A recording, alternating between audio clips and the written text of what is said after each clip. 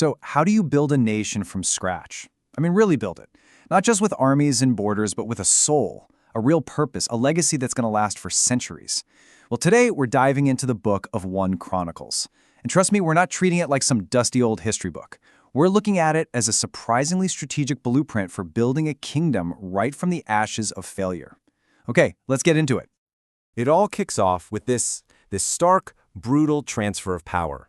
This isn't just politics. The book presents it as a divine verdict. One king fails, his time is up, and right in that moment of failure, the entire stage is set for a brand new dynasty. This single moment right here, it's the spark for everything that's about to happen. So what kind of situation does David actually walk into? Put simply, absolute chaos.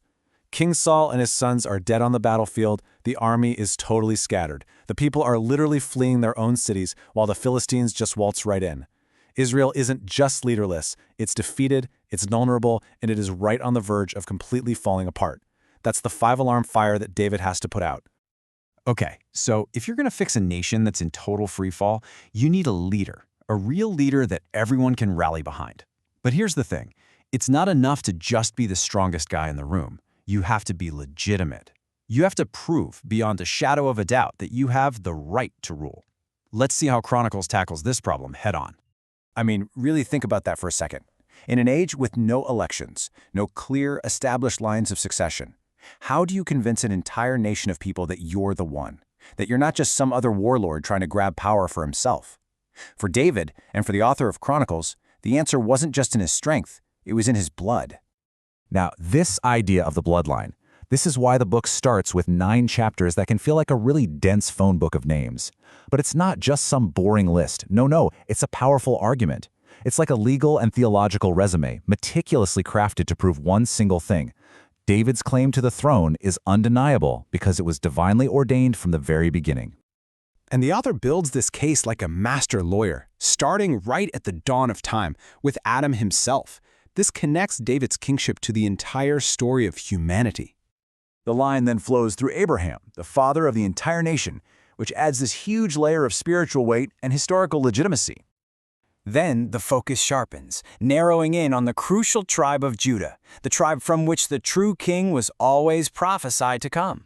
See how this is building? It's all about destiny. And then, finally, after 9 long chapters, the whole thing lands right on David. The message here couldn't be clearer. This guy's no accident. He's not an opportunist. He is the result, the culmination of thousands of years of God's planning. His rule is legitimate, period. Okay, so legitimacy is established. People believe you have the right to rule. Great.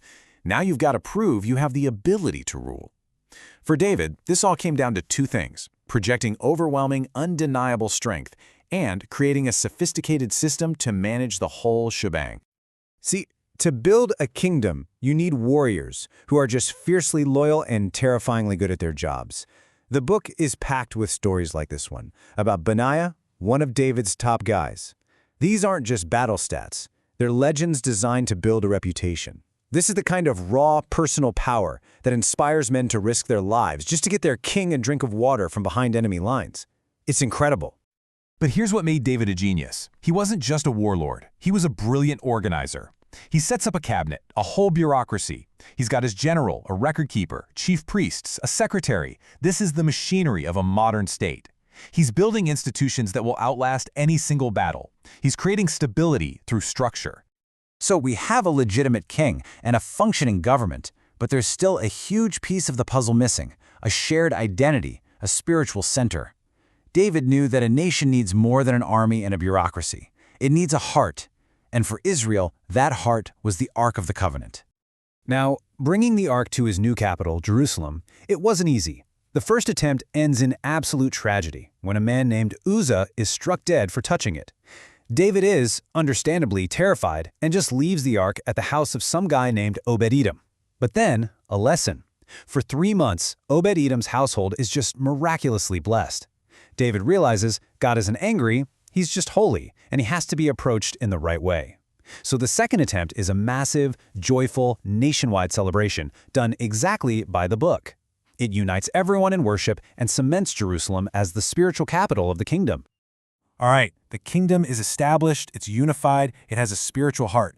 The final step in this blueprint is making sure it lasts forever. And, kind of ironically, the foundation for Israel's most enduring symbol isn't laid in a moment of victory, but in a moment of David's own profound failure. So, in an act of pride, David orders a military census, basically trusting in his army's numbers instead of in God. The result is devastating. A plague rips through the land. But just as the angel of death is about to destroy Jerusalem, David repents. He actually sees the angel standing at a very specific spot, a threshing floor owned by a man named Ornan. And David knows, right then and there, that this is where he has to make things right. He buys the land, builds an altar, and the plague stops. And here is the absolutely incredible twist. The very place where the nation faced annihilation because of the king's sin gets completely transformed. David declares, "This is the house of the Lord God." His place of greatest personal failure becomes the holy ground, the exact spot where his son Solomon will one day build the temple, the most sacred site in all of Judaism. Wow. Now, God told David he couldn't build the temple himself because he was a man of war. But did that stop him? Not a chance. He creates what might be the most comprehensive project plan in history. He provides the architectural plans, which he says came straight from God's hand. He stockpiles an amount of gold and silver that is just mind-boggling. He preps all the materials. He organizes the entire priesthood into a 24/7 style schedule. He basically did everything except screw it together, handing his son Solomon a complete, foolproof kit for building a legacy. So, what's the takeaway from this whole blueprint? Well, 1 Chronicles shows us that building something that truly lasts takes so much more than just raw power.